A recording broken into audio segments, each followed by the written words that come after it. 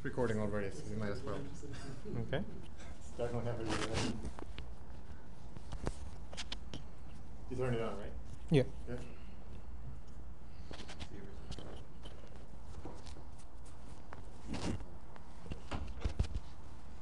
Okay. Where's the stick? So first of all, thank you. Thank the organizers for the invitation. I think this is a wonderful opportunity to discuss Monte Carlo among practitioners and developers, and hopefully something good comes out of this. So my name is Miguel Morales. I work in Lawrence Livermore Labs, as some of you here. In Livermore, we have a pretty decent quantum Monte Carlo team, and we're trying to actually get some QMC muscle into the lab. So we're trying to hire some extra people and try to make a good collaboration and maybe bring forward, speed up the development of QMC, hopefully. Today, I'm not really going to talk too much about calculations and results. I would rather have a small discussion, if possible, about what the role of QMC can be in ab-initio simulations. Hopefully, we have enough expertise here from many different areas, and I would like to eventually, in the afternoon discussion, maybe hear your opinion in terms of whether QMC can actually play a role in the field of ab-initio simulations. Are we there yet, or what needs to be done to get there? The actual so one of the ways that I've been trying to place QMC within the realm of ab-initio simulations is either by direct simulation, like I will very briefly discuss, or by using the QMC to basically benchmark density functionals, which, as everybody knows, is the workhorse of ab-initio. I'm going to talk specifically about the two materials where I spend most of my time, which is high pressure hydrogen and liquid water. There are many collaborators that have worked over the years in these particular projects.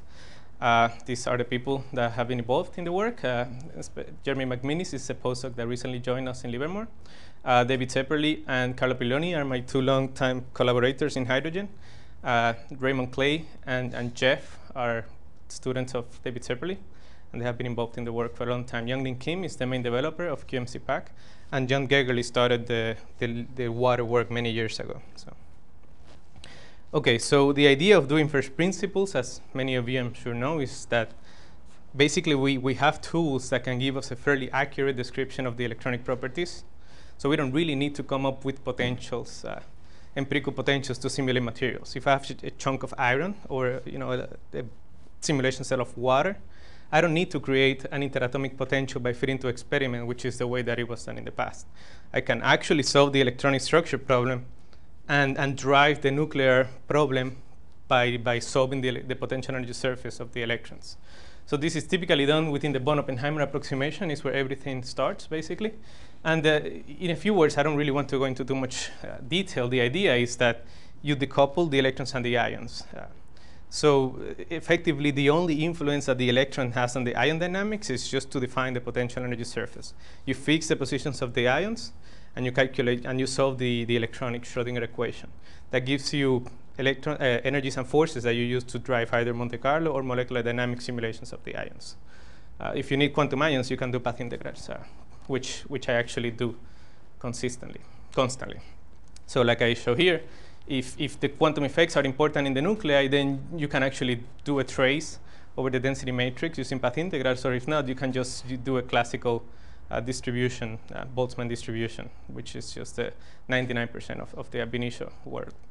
So at the end of the day, everything is nicely encapsulated into the solution, into the von Oppenheimer energy surface, which is just a solution of the electronic problem. And of course, the quality of the final simulation depends completely on the level of theory that you use to solve the electronic Schrodinger equation. Many years ago, when computers were terribly slow, we had to resolve to either basically making up a potential and feeding parameters to reproduce experiment, or we could do simple things like type binding and non-self-consistent DFT. With the emergence of density functional theory, which is a fairly effective mean field description of the electrons, the field of first principle simulations completely exploded, basically. And this goes back to the paper in 1985 by Carr and Parinello, where they show that you can drive simultaneously both electrons and ions and sample the DFT on the fly. And you can see how the number of papers per year keeps increasing, and it's on the many, many thousands in terms of both DFT and ab-initio. So computers are getting faster at some point, and I think that point actually has arrived. We can ask, how reliable is DFT, how useful are its predictions, and can we do better? There are many methods that are, I wouldn't say many, but there are certainly methods that are competing to be the replacement or at least the complement to DFT. And in that they, even though they might be more expensive, they can certainly give a higher reliability and would have higher predictive capabilities. Beyond DFT, of course, you can do quantum Monte Carlo, which is what we're here to talk about. And eventually, many, many years down the road, eventually you'll be able to do quantum chemistry, and then we would all be sort of out of a job at that point. Oh, the other thing that I want to mention, and I will come back to this, is that even within DFT, there are many, many layers of complexity. What do you mean by quantum chemistry? Couple cluster, so quantum chemistry method. So you can do couple cluster in solids right now. It's just that it's terribly expensive, but certainly you can. MP2 is actually routine. Not routine, sorry, but you can certainly do it for water, let's say. And so, we better get our act together, or we would be replaced very soon. So of course, there's a trade-off, as everything, between accuracy, size, and sort of how time. How long can you simulate? Per potential, basically, you can do anything. You can simulate direct cells now. So in Livermore, for example, I know that they're doing like 20 million, and that probably is a very small number. It's probably on the billions now of particles directly, and you can simulate really, really long time frames. And so if you don't need to spend any time on the electronic structure, yes, you can do really, really ambitious things. There's molecular mechanics, which mixes in a little bit of chemistry, of quantumness, but eventually it's sort of like a semi-classical description. Once you go into the into the regime of first principle calculations, then of course you have semi-local DFT and hybrid or non-local DFT, which are completely routine. You can just pull out VASP. You don't need to know anything. You just the input file is like 10 lines long, and you can do a faithful and realistic simulation of materials.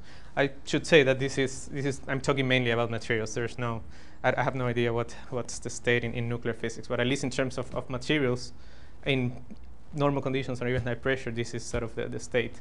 So we can do Monte Carlo right now. There are two ways of doing ab-initio calculations with quantum Monte Carlo. They're terribly expensive, and so far only have been done for hydrogen helium. So going to higher C is actually a very, very big problem, and we need to figure out how to do it effectively. But hopefully, especially with all the things that I have heard this week, I think that we are close to a point where we can think about doing this routinely, at least for first-row atoms. Of course, the next step is to start thinking about many-body perturbation theory, things like MP2, which, like I said, that is the frontier right now, and there are some calculations where you can do. There are some codes that already have MP2 for solids, so there's certainly a movement towards going beyond DFT. Why do you call MP2 the next step? I mean, presumably it would often be less accurate than QMC. Depends completely on the system. I mean, of course, for very weakly interacting, weakly bounded systems like water, methane, these sort of things, it is very good. But QMC also has issues in sort of strongly correlated. So I don't know.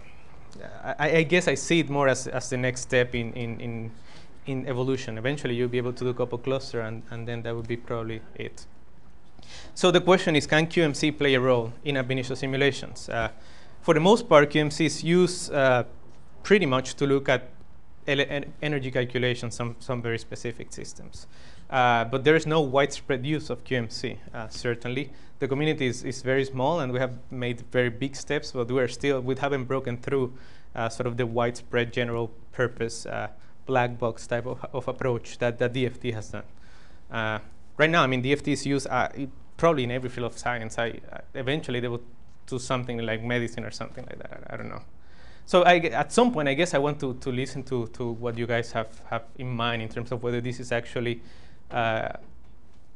whether this will ever occur, or whether this is even a good idea. I mean, maybe QMC is not accurate enough. So there are two ways of doing direct simulation methods with QMC. There is a couple electron ion Monte Carlo, and there is the just molecular dynamics with noisy forces. So Sandro spoke about that last week. I'm not going to really mention anything about that. But the idea is that it's very expensive. If you want to do molecular dynamics, you have to get forces which are extremely noisy, and they get really hard. The noise improves quickly with C. If you want to do coupled electron ion, then you have to do correlated sampling. Your moves are very, very small. So you end up having to do simulations that are an order of magnitude longer than any QMD calculation. The other problem is that we need access to more observables. I mean, just calculating energies and pressures, there are many things that you can do with that, but certainly we have to be able to do much more to really have an impact in the community. Miguel, why wouldn't you have money for a long? That's because mainly it's only restricted to really extremely high temperatures. So there's certainly path integral, and I forgot to mention it. Yes, I guess I'm thinking more in terms of low temperature conditions, real material science, rather than plasmas or very. I mean, you can do it at low temperatures. I mean, it doesn't really anyway. So anyway, certainly you could, if it's improved to the point that it's reliable at low temperatures, certainly. But I think it's extremely far from that point.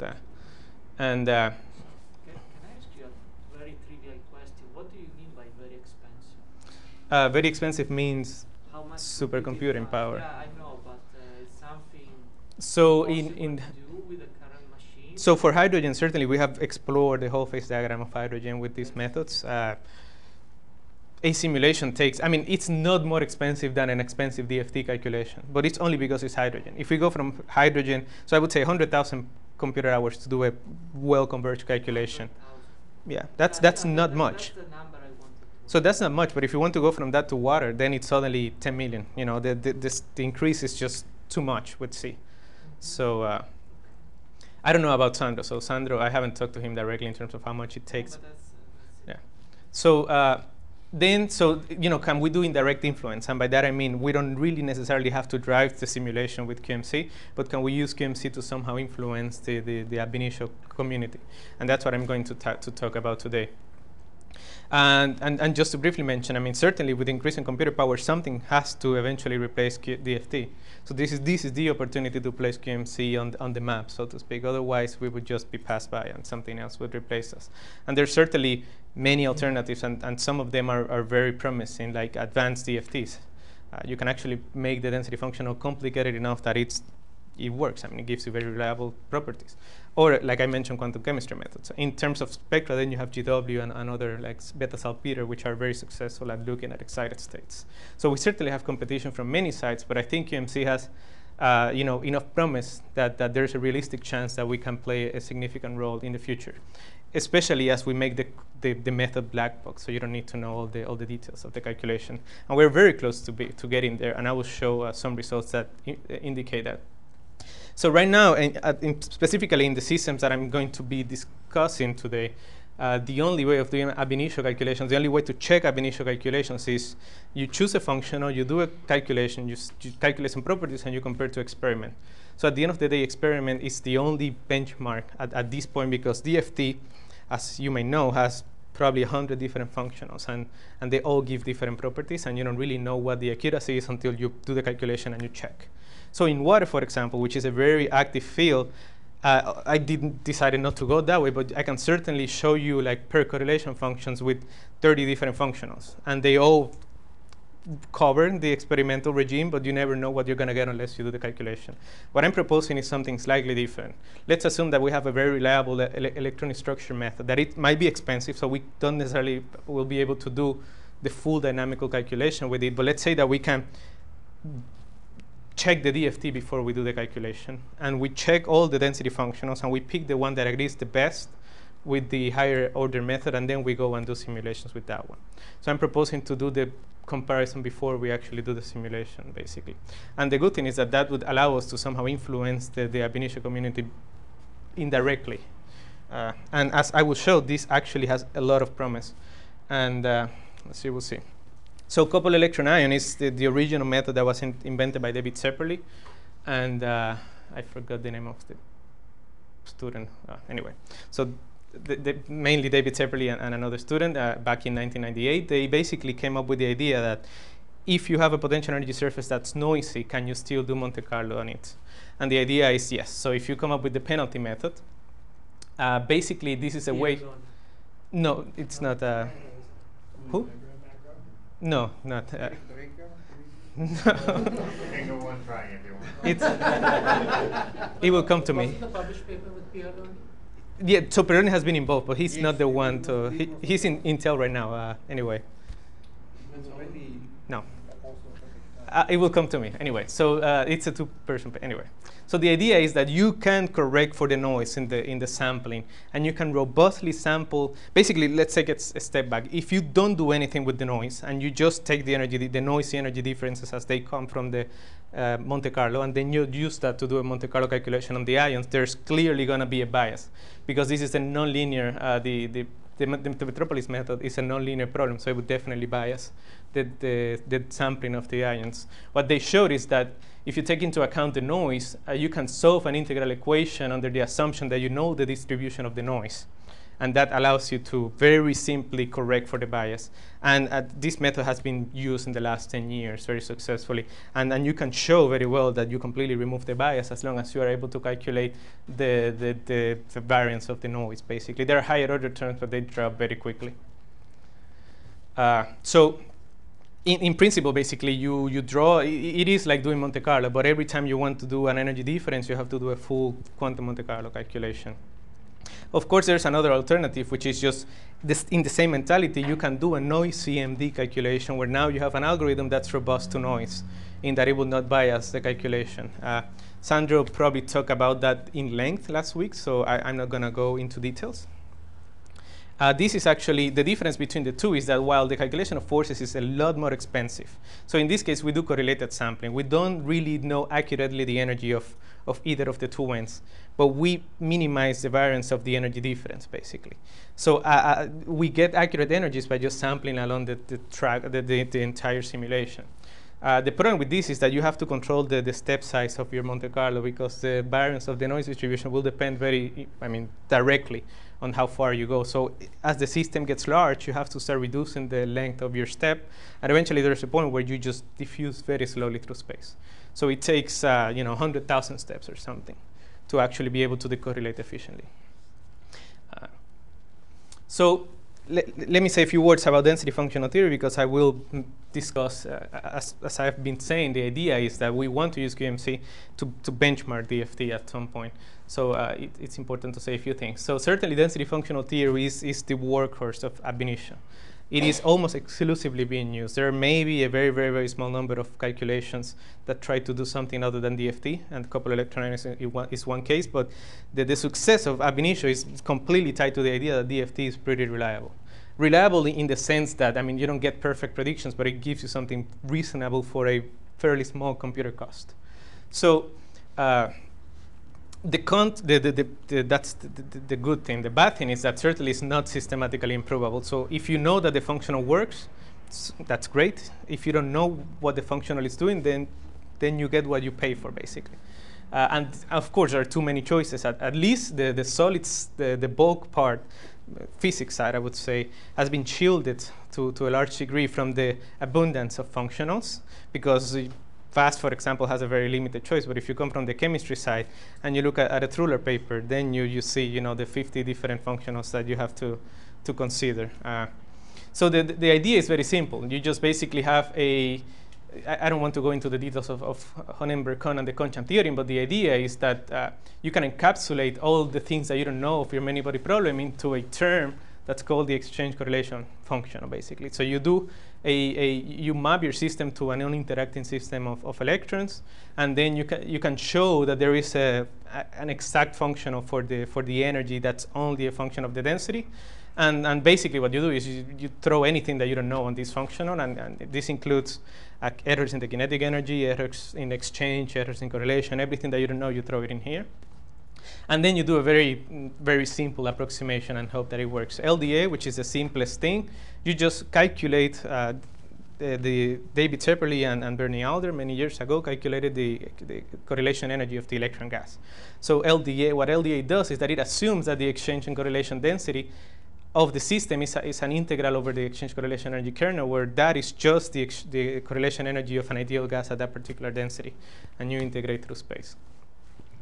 Of course, this was the state of development back in the 90s. There has been 20 years of development, and now there is a very good understanding of what pieces of the function are doing what and what you need to fix to get reasonable predictions.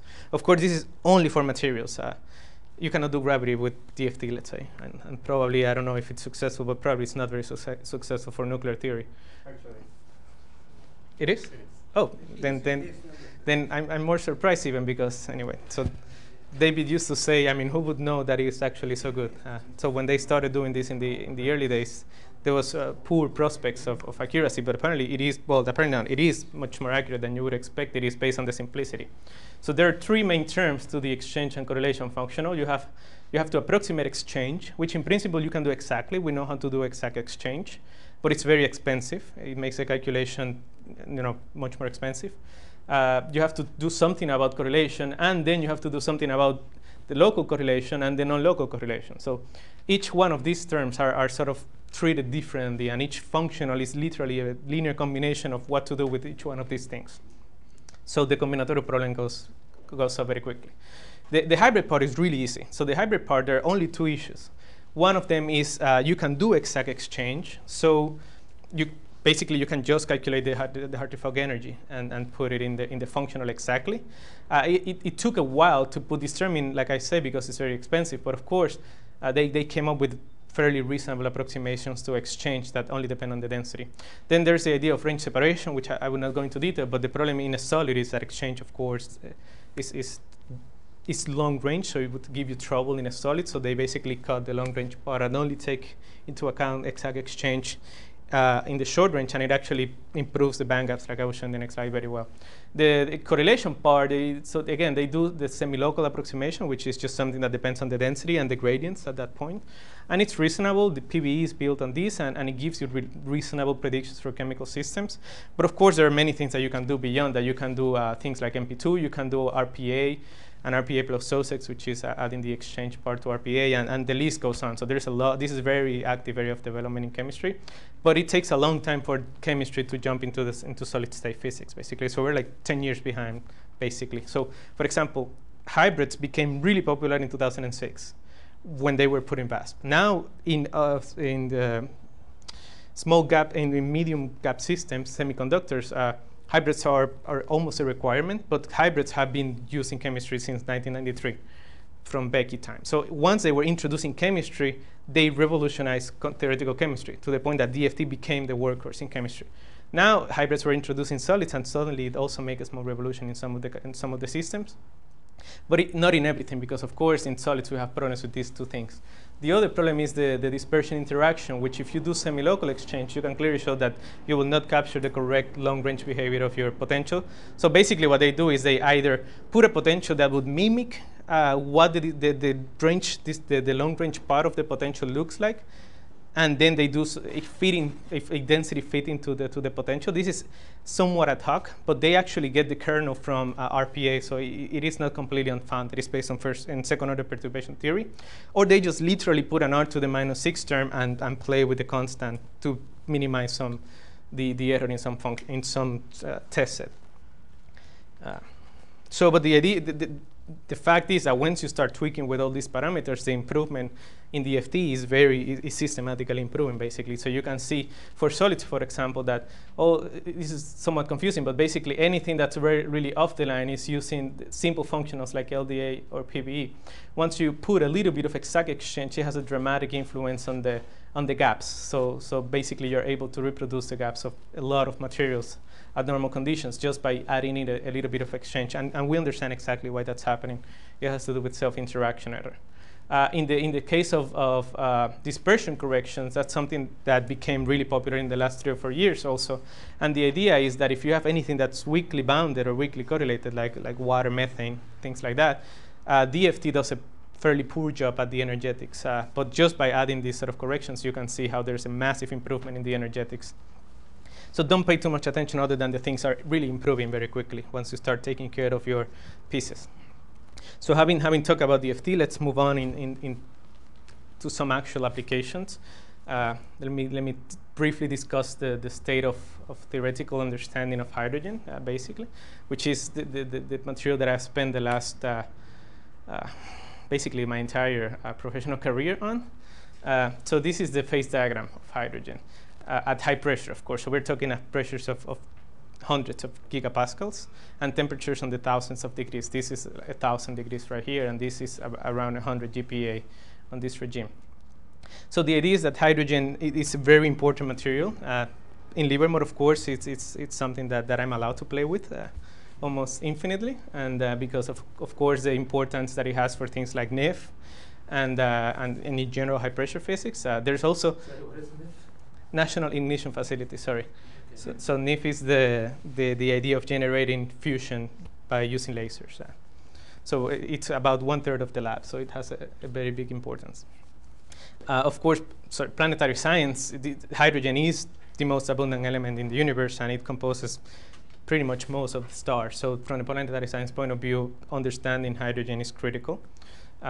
So from the physical point of view, it also has a lot of very interesting physics that most materials do not show. So being the lightest material, it has a lot of, basically all the low temperature physics is dominated by quantum effects. And you also have, since it dimerizes at low density, you also have a very interesting dissociation transition once you start pressurizing it. So there has been probably hundreds of papers on this subject. And since it's so simple from a theoretical point of view, it's just one electron and one proton, then it's sort of every method is somewhat benchmarked on hydrogen in the beginning. So right now, the main controversy is what happens at low temperature. When we go from all of these are molecular phases. The differences are not only structural, but also the fact that in phase 2, 3, and 4, the molecular orientations get locked into particular directions completely due to quantum effects. Well, quantum and interaction effects, but the quantum effects completely dominate this transition, for example. So you have to have a quantum treatment of the ions, or unless you're not going to be predictive, basically, at least in this regime. Then, of course, when you pressurize it from the experimental point of view, metallizing hydrogen in a solid is considered the holy grail of high pressure physics. Hydrogen is probably it's probably the hardest material to pressurize because it diffuses into the diamond, it cracks the diamond. So basically their approach is you compress it until the diamond breaks and you hope to get as high as you can. So they spend a lot of money doing these experiments, but nobody has been able to see metallization in hydrogen. And believe me, all the major groups, this is the main thing that they are trying, one of the main things that they really would like to do. There have been some really exciting developments from the experimental point of view that drove all the resurgence in the interest in hydrogen from a theoretical side. So everything started in 2010, I believe, with the prediction of metallization in hydrogen. This is a paper in Nature by Emirates in Germany. He claimed to have, he actually has some data that he sees that the conductivity goes up and the resistivity drops when you go to something like 270 GPa. The problem is that experimentalists have been able to get to 360-ish routinely. So, of course, every other group in the world immediately jump, and every tug in hydrogen experimentally becomes this big mess between the fights between the two sides. But basically, this led to a resurgence, to basically all the important groups going back to looking at this, and it came up with a very nice result right now. So the phase 4 was discovered about 1.5 years ago. But still they haven't been able to metallize it. So the metallization transition is one of the crucial problems. There are several likely scenarios. So in the simplest case, you just go from the two phases that are known to some sort of solid phase, and nothing interesting happens. By the way, this is a liquid-liquid transition that we predicted several years ago, and it seems to have some experimental verification recently, so we believe that it's actually a good prediction. The only interesting thing is that there's going to be some interaction between this liquid-liquid transition and in the solid, but sort of the simple thing would be that nothing really happens. So you get dissociation and metallization at the same place and nothing happens. The thing that DFT seems to be predicting, and by DFT I mean very simple functionals like PVE, is that there is another phase at higher pressure that it's still molecular and metallic, and eventually that thing dissociates. So you have dissociation and metallization at different places. The exciting from the physical point of view is a prediction that Ashcroft made many, many years ago, is that due to 0-point energy, the liquid actually might be stable all the way to 0 temperature, so we can have a 0 temperature liquid like helium, but at high density in hydrogen. Of course, this doesn't have to be, so Ashcroft always points about some sort of divergent point like this, but it doesn't have to be the case. We can have a liquids zero temperature liquid over an extended range of density. This wouldn't really prevent that from happening. So a few words about the work we have done in the past. The question of whether the dissociation transition in the liquid is continuous or if it's a smooth crossover, there's some real transition, has been a very active field since the 70s, basically. Every possible theory at high density has been used for this, and every method has its own answer. We were able to conclusively show that using quantum Monte Carlo, DFT, and path integrals from all these avenues, we clearly show that there is a transition at low temperatures. That's a problem. So, and the transition shows us a discontinuity in the conductivity as a function of pressure. So, for example, the black dots are the transition according to DFT, and you can see a very clear discontinuity in the conductivity that eventually, at high enough temperature, disappears. So it would be first order at low temperature, and eventually temperature is enough to smoothly dissociate molecules. If we do this with quantum Monte Carlo, we also see a very sharp transition. And if we do this with path integrals, of course, the pressure is different because the description of the system is different, but the question is qualitatively they're given the same transition, which is the fact that even introducing zero-point energy in both theories, we see a discontinuous behavior. In terms of the structures, if we look at an isotherm for the pressure, we also see a very, very clear thermodynamic signature, and that is that the pressure becomes flat over a narrow density range. So there is a volume discontinuity, and we see how the molecular properties change drastically by going from one end to the other. And the conductivity goes from being effectively semi-metal, I guess you would consider this, to having a very fine and a large conductivity. So all these calculations are assuming Born-Oppenheimer. Is that still? This is Born-Oppenheimer. Is that still a perfectly good approximation in this limit? I believe it is, yeah. There's no indication that it would break down, but of course, who knows? There's no way of doing this without Born-Oppenheimer other than path integrals, but certainly they are nowhere near the point where they can reach these low temperatures. So the question is, so that was 2 years ago using things like PBE. Now when we start trying to improve the electronic structure, so by the way, let me say one thing first. The path integrals have a really important effect at low temperature in that it destabilizes the molecular site, so the transition is always pushed to low densities when you include path integrals. And it gets really critical at low temperature. The lower you go, the bigger the gap between the classical and the quantum description becomes. So now we can introduce path integrals very accurately, doing path integral molecular dynamics. So now everything we do is with path integrals at this point. And the question is, the remaining of the error mainly is coming from electronic structure. So can we improve the electronic structure to have a predictive transition pressure that we can tell experimentally? So when we start scanning different functionals, and the first thing that you realize is that there are two issues that you have to take care of that PB is missing. One is self-interaction, so you would like to put some hybrid in there to fix the gap problem. And then the other one is dispersion interactions, which in hydrogen, of course, you have a molecular liquid, there's going to be dispersion, and it's going to be fairly strong. So when you start doing that, then suddenly your results go all over the table. So these are the two initial predictions. The blue is using quantum Monte Carlo with classical ions. The red is PBE, basically, and LDA is right here. If you do path integral calculations with PBE, you can see that now the transition looks like this. So around 2,000 to 3,000, there is very little effect from quantum effects. But once you start going down in temperature, the disagreement, the change due to the quantum description becomes very large, actually, to the point that the melting line completely drops at this point. So the melting line follows this, which is completely unrealistic. Experimentalists have been able to get a reasonable description of the melting line in here. So clearly, once you combine zero-point energy with PBE, it breaks down. If we do a particular type of a van der Waals functional that describes dispersion properly, at least in the low density range, then you get this huge increase in the transition pressure. And this increase now agrees. So this is the first experimental realization of metallic hydrogen. It was done in a shock. So it agrees better with it agrees very well with this point. The problem is that this point has a lot of controversy with it. So the temperature is not quite known, so it can be anywhere. But it's certainly much higher than what the simple DFT would say. So now we go from, we have a gap of several hundred GPa. And if we do many more functionals, for example, then sort of the results are always in this sort of regime right here. So we don't have a good experimental measurement on this side, so we don't really know exactly what to say about which one is more accurate unless we have some experiments. On the other hand, we have reflectivity measurements along this regime. So when they do Hugonio calculations, they heat the sample with a laser, and this drives a shock wave into the material that follows a predefined path depending only on the initial conditions. So it goes along this line right here, and they have reflectivity measurements. So the problem with PBE, and the reason why experimentalists have always ignored anything we have to say, is that we are never able to describe properly what they see down here.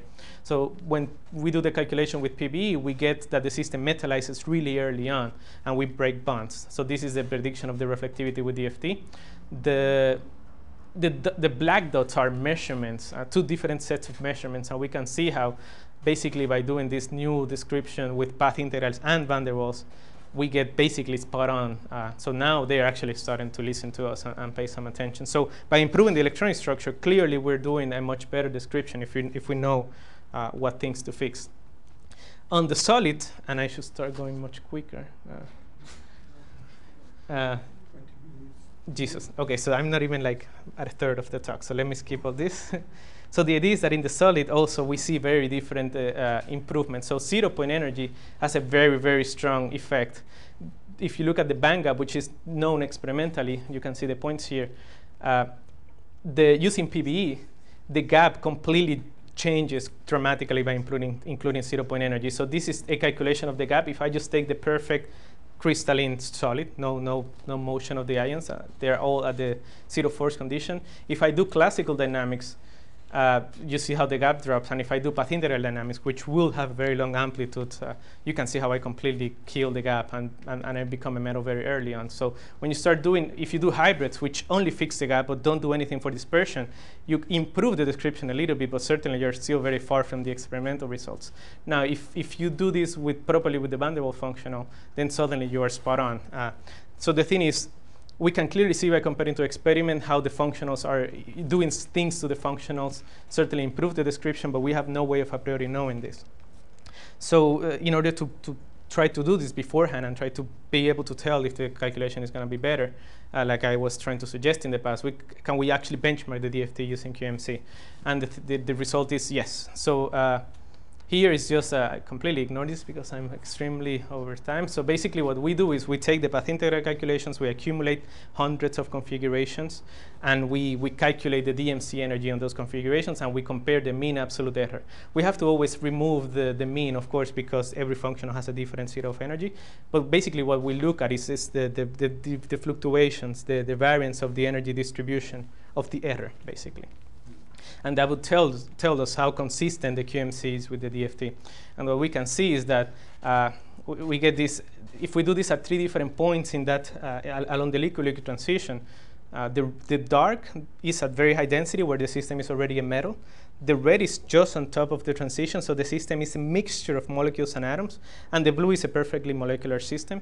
You can see how, for example, the semi-local functionals, as expected, do much better for the metal, where they are somewhat defined to work better due to the homogeneous approximation of the exchange of the correlation. But in the molecular side, they clearly have trouble describing, and it has to do mainly with dispersion interactions. When you correct for dispersion interactions, you see a much better error. So these are 2 different flavors of the functional. You can see how at least they both improve. I mean, well, I guess I cannot really say that, but at least there's one that clearly has a better agreement with DFT. HSE also seems to be very good, but the problem with HSE is that it's extremely expensive to do. So we have done the same on the solid. This is still preliminary. We take 4 of the structures at 2 different pressures, and we compare what the agreement between QMC and the different DFTs are. These are just a sample of configurations taken from all of the structures during a path integral calculation, and then just calculating the mean absolute error. And you can see how consistently this particular form of the van der Waals functional is giving really accurate predictions, and how basically LDA and PBE are quite off, which is completely consistent with the problem we were seeing in the past. Okay, so I was going to talk about water. I don't think I have a lot of time. Sorry, I started at 11:30, right? So I still have half an hour? Well, you have 20, 25 minutes. Okay, so maybe I can say something. So you told the story at the beginning. You said over the 20 years, DFT has been working to make it better and better. And now you have some benchmark to compare DFT against. yes. Are the better ones the ones that the DFT practitioners have sort of thought, this has in fact been so the problem, so in water, I will answer yes. In hydrogen, there is no other, so I'm the only one not using PBA at this point. So I don't know. Presumably the newer DFTs people presume are better than the older DFTs. That's a hard question because you add complexity, but all those things are fitted to low density data, and you're going really high in temperature and really high in density. So at that point, who knows? So the whole point is we have an accurate benchmark, and we actually test how they are doing. And there's still not a lot of experimental measurements that we can compare it against, but certainly anyway, and this is only preliminary. So, but the question is, hopefully, this is what will decide whether this actually works. When we choose the best one, is it actually performing better at the end of the day? Because it can easily be that DFT, that QMC is not good enough. So if we go into water, water is another one of those really interesting materials, and I've been spending basically the best part of the last year working on water. And the idea is that traditional DFT fails mainly for self-interaction. The same two issues that you have in hydrogen, which is self-interaction and dispersion, are not well described by PBE. This is coming from the chemical physics community. So in this case, they have truly studied 20 functionals, for example. So they have tried all the different functionals, and they all give very different predictions. And there is a reasonable understanding of what each functional is doing for you in terms of improving the description. But for the most part, if you just use the semi-local ones, which are things like BELIEB or PBE, for example, then you see a very clear problem, which is it's overstructure. So in water, you have a competition between hydrogen bonds and dispersion interactions. A hydrogen bond is a very anisotropic interaction that wants to have every molecule in a tetrahedronal coordination, very similar to ice. Dispersion interaction is isotropic, so it wants to have a denser liquid. You have a competition between open structures and densely packed structures in the liquid. The DFT, the semi-classical DFTs push you way too strong in the hydrogen, so the hydrogen bonding is too strong compared to the dispersion interaction. So you end up having too much structure in your percorrelation function, for example, where this is the experimental measurements. It also has a huge dramatic influence on things like diffusion constant, where this is the experiment, these are different functions now, which are just completely off. The other issue is that even though it might not seem like that's the case, this is room temperature normal conditions, which can be like the cup of water that you have in front of you. 0-point energy, nuclear quantum effects are really important. And so you have to have all the pieces of the puzzle from the ab-initio point of view if you really want to be able to be predictive. Like I just mentioned, so water wants to have ice at least, wants to have this sort of tetrahedronal coordination where you have hydrogen bonds between your water molecules. Ice, on one hand, has this hexagonal-like structure, which lots of open space.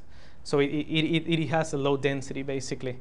When you melt, there's a partial, the hydrogen bonding network breaks partially, and you have a slightly denser structure, which is why, I did not put that figure, which is why basically you see a lot of anomalous properties close to the melting and in water. And this leads to a minimum, for example, in the isotropic compressibility, which is why ice floats, basically. So in DFT, ice doesn't float. The liquid is never denser than the ice. And again, this is a system that has been studied to death from the ab-initio point of view, and the conclusion is that we are not yet there. But I think we are actually very close to, as I will show. There's a very famous Nature paper where this guy claims that basically no one really understands water. So recently, and this has been pushed mainly by Dario Alfi and company, they have been trying to use QMC to benchmark the accuracy of small water clusters. So they do a large MD calculation, and they take dimer, trimers, quadrimers, small clusters from the MD, and they compare a bunch of DFTs against quantum Monte Carlo and against coupled cluster. So coupled cluster for this type of interaction is going to be very accurate. There's no question about that. And you can see clearly that at least on the small monomers, DFT is all over the place, basically, which there's no real point in it. The hybrids, which is the one thing to say, PB0, they're doing very well on the monomer, for example, and on the dimer, but eventually they also start to fail for the larger clusters. QMC, which are the black dots, they are all very, very accurate, I would say, at this point. So there's a small shift, of course, but all you have to look at is really the dispersion. That you can think about shifting the energy, and that would be no trouble. Is it obvious that parentheses T should be more benchmark the other way around? I think it is, yeah. So parenthesis t should be, you can benchmark the parenthesis t by going higher, and the errors are very, very, very small. So it is more accurate than QMC? At this point, yes. So if we could do couple cluster for water, that would be it. I mean, there is nothing else to look for. The problem is that, it becomes extremely expensive very quickly. But we can do QMC for really large cells. We can never dream of doing couple cluster at this point for like a 100 water molecule cell. So the idea is, these guys show that QMC gives you the accuracy that you need, sort of couple cluster level almost accuracy. And the DFT is, again, all over the place. So what I did is I took, and this started by a thesis work by John Gergely in 2008, and basically taking this project forward. The idea is that we want to benchmark, again, the same, but for bulk systems now. So we take path integral simulations of water with two different potentials. In one case, it's using the tip 5p potential, which is a fixed molecule. So in this case, the molecules are frozen, and the simulation, the geometry of the monomer is not allowed to change. And in the other one is using van der Waals functionals, which I did not talk about that, but this particular functional reproduces exactly the percorrelation function of water. So this is, who knows for what, so we still don't understand exactly why, because it shows errors in what I'm going to show you now, but at least for the oxygen-oxygen percorrelation function, this is just exact, almost. So we take calculations from, in these two cases, in the path integral calculations, the molecules are allowed to fluctuate. Everything is free. There's nothing is constrained. And in all these configurations, the molecules are frozen. And you will see how this has a huge implication. There are two classical sets. Everything else is quantum. There's one solid case. Everything else is liquid. And again, we calculate the same thing, the mean absolute error. And this is what you see. I apologize because it's a messy figure, and it's hard to go through. But there are three things to look for in this point. So these are all the test sets where the molecules are frozen, and these are the test sets where the molecules are free. So the first thing that you see is that there's a really large contribution to the error just by letting the molecules move around. So these guys are sampling, for the most part, the internal degrees of freedom of the molecule, the monomer. And these guys are sampling, for the most part, the intermolecular interaction between waters. The other thing that you can see is that there's a long list. This is a very small list, let me say. If I put every functional that has been used, then there will be no hope. But this is sort of the main contenders in the simulation of water. Everything on this side, between this, in the first six, 1, 2, 3, 4, 5. The first 5 are functionals that don't treat dispersion accurately. They either mimic dispersion by doing these empirical corrections. These are the -t. They don't really get modified by the electronic structure. You just calculate the forces and you add a term that has an r to the -6 term. And then all the bottom ones are functionals that are meant to describe van der Waals accurately. And you can see how, at least for these 3, they consistently always do better than the ones where you don't put dispersion corrections. The other thing that you can see is that putting the d makes a very tiny, in all cases, if you see, it always makes a tiny, except in this case, correction. But it's really not good enough. You have to do non-local correlation to capture dispersion correctly. In the other hand, which is another big point, the 3 functionals that have a hybrid component in them, which are these 3, they clearly do much better than anything that doesn't have a hybrid. And if you think about the fact that the main error is coming from the intramolecular, from the degrees of freedom of the molecule, you can see that basically this is telling you that, and this is consistent with the previous figure, that you need a hybrid to describe the monomer correctly. Everything else is doing a very bad job for the monomer, but the hybrids are doing a very good job. Unfortunately, and this is something that I stumbled upon, you get very different, at least for some of the functionals, you get very different results whether you use PAWs or ultrasoft. And I will not go into detail for that. This is for another water meeting that created a lot of issues. But the van der Waals that we use, which is this one, behaves particularly bad when you use PAW, but it's almost the best consistently when you use ultrasoft, which is why this is what we use to do simulations of water, and it's almost spot on with experiment. So what are you using to optimize? Are you optimizing the orbitals in front of Monte Carlo? Yes, we're doing straight up QMC, twist averaging. In this case, not twist averaging. What I'm asking. No, not the orbitals. Sorry, not the orbitals. Are from PBE. Yeah. So what You're we. not worried that that's So we tested this. We tested this in hydrogen particularly, considerably, and there's small changes in the energy. For the most part, everything is a constant shift. What you have to realize is that the QMC is not getting the total energy right. What it's getting right is the interaction energy. Well, PB is doing the worst in almost all cases, so we're not worried about that. Yeah. So certainly doing something like a hybrid might improve things a little bit, but I did a lot of hybrid calculations in hydrogen, and it doesn't change relative energies. It just changes the overall energy scale. Optimizing the orbitals for a lot of systems gives you only a small difference. Right. But there are some systems where it's absolutely crucial. It's a very large difference. I completely agree. Claudia Filippi was the first to show that. I completely agree. So the good thing about these systems is that, particularly in water, this is not the type of system where you expect orbital optimization to do much, because you don't have charge transfer. You don't have any of the complicated physics. This is a weakly bounded, which is the reason why QMC can be used as a benchmark to begin with.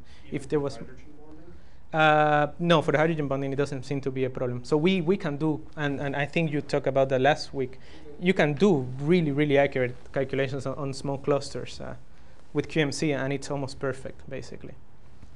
So I don't think that there is a question that QMC is certainly more accurate than DFT. There's a question of whether it's accurate enough to get the anomalous properties of water. Even if we were to use QMC, can we actually see the minimum and the competition between the two interactions? That's another question. But certainly that it's more accurate than DFT, I think that there's no question about that. And this is not quite related to QMC, but I think this is where the field is going, and I wanted to talk about it. So Dario Offe has been very clever. He teamed up with Fred Manby, so they are trying to do combining embedding and many-body expansion, and try to fix the DFT. And the reason why I talk about this is mainly motivated by these sort of things that we see, where some functionals have a very good description of the intramolecular potential energy surface, but most of them do a really poor job for just the water molecule. So you can actually just go and fix those terms. You can do there's a proper many-body expansion of the energy, where you take your energy and you expand it in a monomer, a dimer, a trimer, and so forth. For each term, you subtract the previous component. So by the time that you get to the full system size, eventually that will be the exact energy minus all the contributions from the small terms. And the idea is that this should converge quickly. In bulk, this is not quite the case. This is not necessarily the case that it will converge quickly. So Dario took a lot of time to test this on small clusters all the way to hexamers, and he shows that yes, if you take the small order terms from some high level of theory, the accuracy of the DFT is improved dramatically. The question is, can we do this in bulk? To do this in bulk, then you have to do a small trick that they actually did already in this paper that came out a few weeks ago, which is you can basically write down your energy as you take all the low order terms from some quantum chemistry method, like couple cluster. It can be QMC, anything that's accurate enough, and then you take the remaining of the higher order terms from DFT. In practice, this is done by just taking the DFT energy, adding the small order terms with couple cluster, and just subtracting what that DFT is saying the energy for that contribution is. And in this case, he's showing this. He has done calculations on trimers, hexamers, and 50mers. I don't know how to call this, clusters with 15 water molecules, and he can clearly see. He's clearly showing how correcting the DFT gives you much better agreement. In this case, for example, he's going all the way from monomer. The monomer is up here. If you correct for the dimer 2, you get down here, and if you correct for the trimer 2, then you get very good agreement with DFT, with QMC at this point. The same for this larger cluster. So for finite systems, this is working very well. Of course, this correction becomes functional dependent. Every functional has a completely different description of each one of these terms. So each correction has to be functional specific. What is the benchmark 0 here? This is QMC now. Okay. QMC, yeah. You can, couple cluster on this becomes massive supercomputing by this point, like Oak Ridge level. So the idea is, does it work in the solid too? And we have the test set, so we can do the same calculation, and the result is yes. So if you remember from this figure up here, if you take PBE, for example, the error is on the order of 0.3. The error in the hybrids is on the order of 0.15, which is fairly consistent. So if we now take PBE and PBE 0, you can see that you start from something like 0.35, and just by fixing the monomers, you get the error to a level that's completely comparable to the hybrid. So basically what this is telling you is that semi-local functionals are doing a really bad job at describing the monomer, basically. This is completely consistent. If any of you are in the water community, this is completely consistent with simulations by Julia Galli, for example, where she's looking at spectral properties, and she clearly sees that unless you use a hybrid, you get really bad spectral properties, which for the most part are looking at vibrational modes and rotational modes. So the good thing about this is that now we have a recipe of doing of fixing the main problem of the semi-local functionals for free almost. This correction becomes free in a certain, if you do it in a smart way, and then you get the same level of quality that you would have gotten with the hybrid. The hybrids are not doing anything for the van der Waals interaction, so now the idea is, can you apply the same correction to a functional that has the proper long-range description and decrease those errors? And the answer is also yes. So in the van der Waals case, where you had the same sort of large error, just by correcting the monomer, you get a massive reduction. And if you correct the dimer too, you know, I haven't really done this. I haven't pushed this all the way to the point where I can get really, really small errors, because I'm cutting the cluster size to some reasonable number. But if I take that cluster size, which is what I'm trying to do right now, much further away, just for the dimer, for example, the error is roughly cut by half, just by consider all the dimers to a really long range. So effectively, we will be able to take these functionals that describe properly the longer range and correct for all the short range and get it an accuracy that's really, really comparable to QMC level. So you know, stay tuned, but this is going to basically, I think, rewrite the way we do simulations in weakly bounded systems, and this is probably going to solve the water problem, I'm pretty sure, at this point. So in conclusion, QMC can provide an accurate benchmark, at least for some systems. If we trust the QMC, and in some systems we do, it can be used to benchmark the DFT. This leads, in my mind, to a route to systematically improve the DFT. Now you have a bunch of knobs in your DFTs that are fitted to some set of molecules that have nothing to do with the condensed phase. So now we can go back and twiddle those knobs and get the DFT to be as close to the QMC as possible. Of course, I mean, eventually we will be able to do better. So if the QMC is not good enough, then this idea is just general. We can use something better. We can work on the QMC also, so I haven't talked about that. Eventually we will combine this. I'm working on combining this with embedding techniques like DMET, so this would be extremely good for you know, materials where there is charge transfer and there's complicated physics going on. So eventually, you know, can we fit functionals to solids using QMC? This is something that we're trying to explore right now, and the question still remains to be seen, but I think there's a reasonable chance that not necessarily a full fitting, but certainly a retwiddle of the parameters. And of course, if the functional has troubles in certain regimes, then we can certainly fix those by hand. So, you know, in water, for example, we're making a very slow but steady improvement towards the description. And in hydrogen, it's still very challenging. It requires really careful calculations, but I think that there is a real clear path to follow that will give us predictive calculations on the phase diagram. And something happened. So that was just the final slide, thanking people and